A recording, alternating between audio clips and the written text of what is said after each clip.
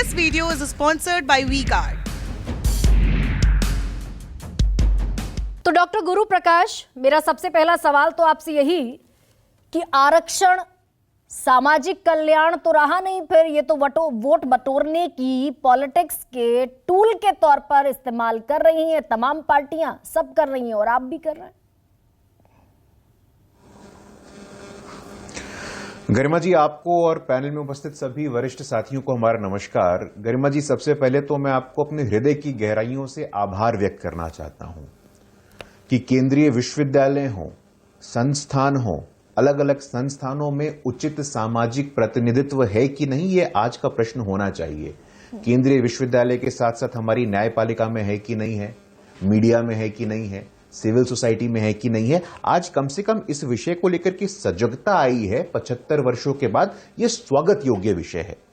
लेकिन गरिमा जी, दुर्भाग्य क्या है, एक मुसहर समाज का व्यक्ति, एक महादलित समाज का व्यक्ति, और मुसहर शब्द बद्रीनारायण जी यहां बैठे हैं, बड़े प्रख्यात समाजशास्त्री हैं, वो बता पाएंगे मुसहर शब्द का उद्गम क्या है।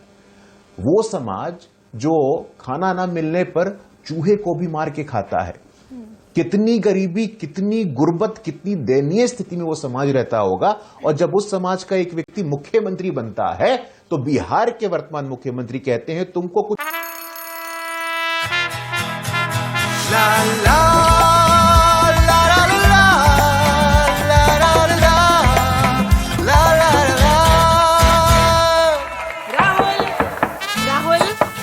के साथ मन को जगाओ वी-गार्ड वाटर हीटर्स के संग।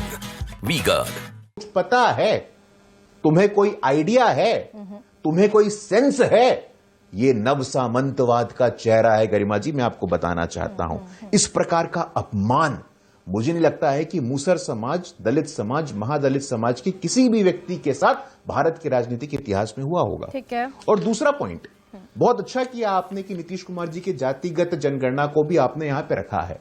बिहार के लोग बैठे हैं, मैं पूछना चाहता हूं, D Bandopadhyay commission report on land reforms 2008-9, Muchkund Dubey committee on common school system 2007, ये कमिटी की रिपोर्ट आज तक लागू नहीं हुए हैं। आज बिहार के विश्वविद्यालयों में 50% से ज्यादा की वैकेंसी है। जो जातिगत जनगणना का रिपोर्ट नीतीश कुमार जी जारी करके तालियां बटोर रहे हैं, उस रिपोर्ट के अनुसार 68% लोग हाउसवाइफ्स हैं, गृहिणी हैं और युवा हैं।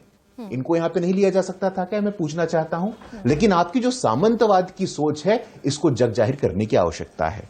गरिमा जी, दूसरी बात, आपने कहा केंद्रीय विश्वविद्यालय, और मैं आपको सलाम करता हूं कि केंद्रीय विश्वविद्यालय का अपना विषय उठाया है।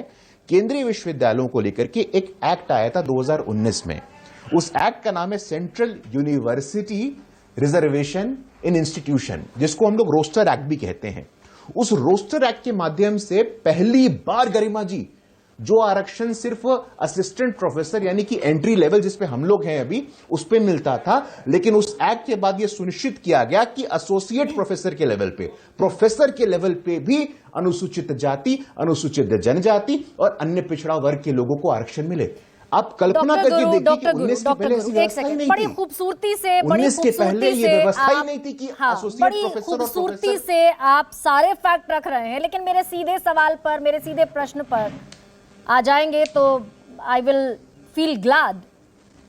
ईडब्ल्यूएस आया 2019 में, लोकसभा चुनावों से मात्र 3 महीने पहले पहली कैबिनेट में निर्णय हुआ कि ईडब्ल्यूएस को 10%, 10% आरक्षण मिलेगा।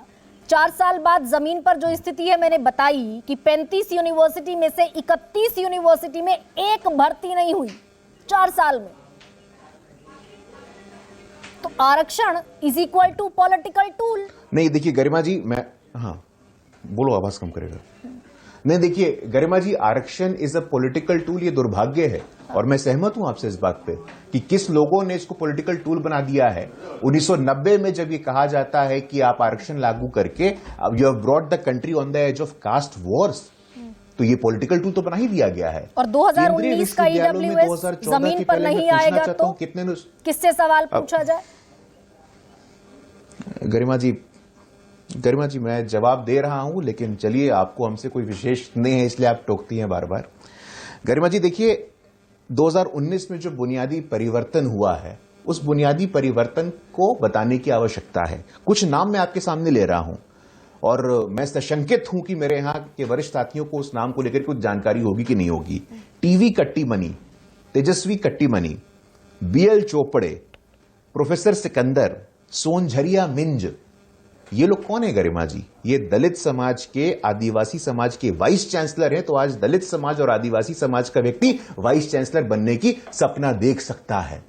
और आज के दिन ही जब नीतीश कुमार जी यहां ये जातिगत जनगणना का रिपोर्ट जारी कर रहे हैं, वो आरक्षण में रिजर्वेशन का विरोध कर रहे हैं। आप जाकर के पूछ लीजिएगा। डॉक्टर और यही समाजवादी पार्टी ने भी ये महापाप किया था उल्लेख करें प्रमोशन में कि आरक्षण नहीं देंगे। मैं विशेष स्नेह आपसे रखती हूं, मान लीजिए इसको मैं विशेष स्नेह रखती हूं आपसे। आपने अभी 3 प्रश्नों के जवाब में उस प्रश्न का जवाब नहीं दिया कि जिस ईडब्ल्यूएस को आप ढोल नगाड़ों के साथ लाए थे, प्रधानमंत्री नरेंद्र मोदी, देश के गृह मंत्री अमित शाह ने उसे क्रांतिकारी कदम बताया था, उसके तहत पिछले 4 साल में एक भर्ती नहीं होती है। किसकी जिम्मेदारी, कौन जवाब दे? गरिमा जी अब आप नहीं गरिमा जी, हम जवाब देंगे ना, और कौन जवाब देगा? जब देश की जनता ने 2014 के बाद 2019 में हमें इतना बड़ा जनादेश दिया तो हम जवाब देंगे, और कौन जवाब देगा? और हम विनम्रता से इस बात का जवाब देंगे। आप मौका तो दीजिए जवाब देने का। लेकिन आपका जो सबसे बड़ा सवाल का पहला सवाल था कि आरक्षण को समाज कल्याण क्यों, आरक्षण से प्रतिनिधित्व क्यों, तो जब बाबा साहब अंबेडकर कहते हैं कि पॉलिटिकल डेमोक्रेसी, राजनीतिक लोकतंत्र के सतह पे सामाजिक लोकतंत्र को स्थापित होना चाहिए, तो उसको तुलनात्मक दृष्टि से देखने की आवश्यकता है। एससी हो, एसटी हो, ओबीसी हो, अन्य पिछड़ा वर्ग हो और ईडब्ल्यूएस कैटेगरी हो। ईडब्ल्यूएस की तो कल्पना ही नहीं थी, ईडब्ल्यूएस की तो कल्पना ही नहीं थी। लेकिन आपने कल्पना की तो जमीन पर उतरा क्या? और जमीन पर नहीं उतरा तो जिम्मेदार कौन है इसके लिए गुरु? बस इतना बता दीजिए। नहीं, जमीन पे नहीं उतरा, ये गरिमा जी ये आपका आकलन हो सकता है। आज भी हमारे विश्वविद्यालय में, पटना नहीं, ये मेरा आकलन नहीं है डॉक्टर गुरु, आरटीआई हुई है ना, ये तथ्य है, ये मेरा आकलन नहीं है गुरु। आप हर बार मुझे इस विशेष स्नेह का दर्जा नहीं दे सकते। गरिमा जी, आरटीआई, राइट टू इंफॉर्मेशन, संसद में बताया आपने, और बड़ी गंभीरता से इस दफा सवाल पूछ रही हूँ। गरिमा जी देखिए, 35 यूनिवर्सिटी में से 31 में एक भर्ती नहीं हुई पिछले 4 साल में। नहीं गरिमा जी, आप देखिए, मैं गंभीरता से ही जवाब दे रहा हूं। यदि आपको लगता है कि मेरे जवाबों में गंभीरता नहीं है, तब तो आप इसको पुनर्विचार करिएगा कि अगर मेरे जवाबों में, मेरे तथ्यों में, मेरे आंकड़ों में यदि आपको गंभीरता नहीं दिखती है, यदि बाबा साहब अंबेडकर जब ये कहते हैं कि राजनीतिक लोकतंत्र के लिए सामाजिक लोकतंत्र होना का आवश्यक है, इसमें आपको गंभीरता नहीं दिखती है, क्यों नहीं हुई भर्ती? नहीं, यदि आपको लगता है कि पहली बार जब देश के इतिहास में कट्टीमनी जी, सोनझरिया मिंज जी, दलित और आदिवासी के लोग वाइस चांसलर बनते, इस पे आपको गंभीरता नहीं दिखती है, तो निश्चित रूप से आपको पुनर्विचार करने की आवश्यकता है। जवाब नहीं है। अंत्योदय, गरिमा जी, पंक्ति में खड़े अंतिम व्यक्ति का कल्याण। नहीं, आपको गरिमा जी, आपको लग सकता है, गरिमा जी आपको लग सकता है जवाब नहीं है, लेकिन पंक्ति में खड़े अंतिम व्यक्ति का कल्याण अब संभव हुआ है। ईडब्ल्यूएस की कल्पना एससी, एसटी, ओबीसी का मैं आपको अभी बताता हूं। 2014 के बाद कितने एससी वाइस चांसलर बने, कितने एससी प्रोफेसर बने? क्यों नहीं हुई? ये 4 साल में एक भी पद नहीं भरा गया। इस पर मेरे पास अभी तक कोई सेटिस्फैक्टरी जवाब आपकी तरफ से नहीं पहुंचा। और जिस दलित समाज की, एससी की, एसटी की, ओबीसी की आप बात कर रहे हैं, मैं वो भी बता देती हूं आपको।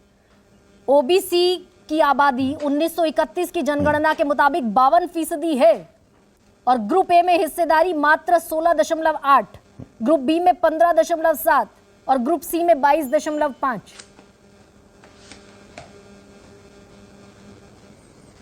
गरिमा जी, अगर आप मुझे जवाब देने का मौका दे तो मैं भी बताऊं आपको।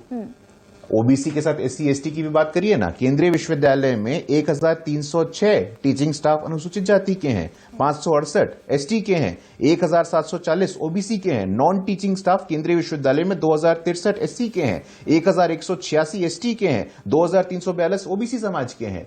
तो ये कह देना गरिमा जी, इस देश में लंबे समय तक सामंतवादी व्यवस्था रही है, और ये सामंतवादी व्यवस्था इस बात को नहीं पचा पाती है जब एक आदिवासी की बेटी संविधान के सर्वोच्च स्थान पर पहुंचती है। क्या क्या नहीं बोला जाता है, राष्ट्रपति बोला जाता है उनको अपमानित किया जाता है। ये सामंतवादी व्यवस्था इस बात को नहीं पचा पाती है कि देश के इतिहास में इतना ताकतवर प्रधानमंत्री सामान्य वर्ग का, पिछड़े वर्ग का बेटा बनता है। तो ये मानसिकता की बात है। 2014 के बाद जो बुनियादी परिवर्तन आया है, वो ईडब्ल्यूएस का हो, दलित वाइस चांसलर का हो, ट्राइबल वाइस चांसलर का हो, अब संभव हुआ है।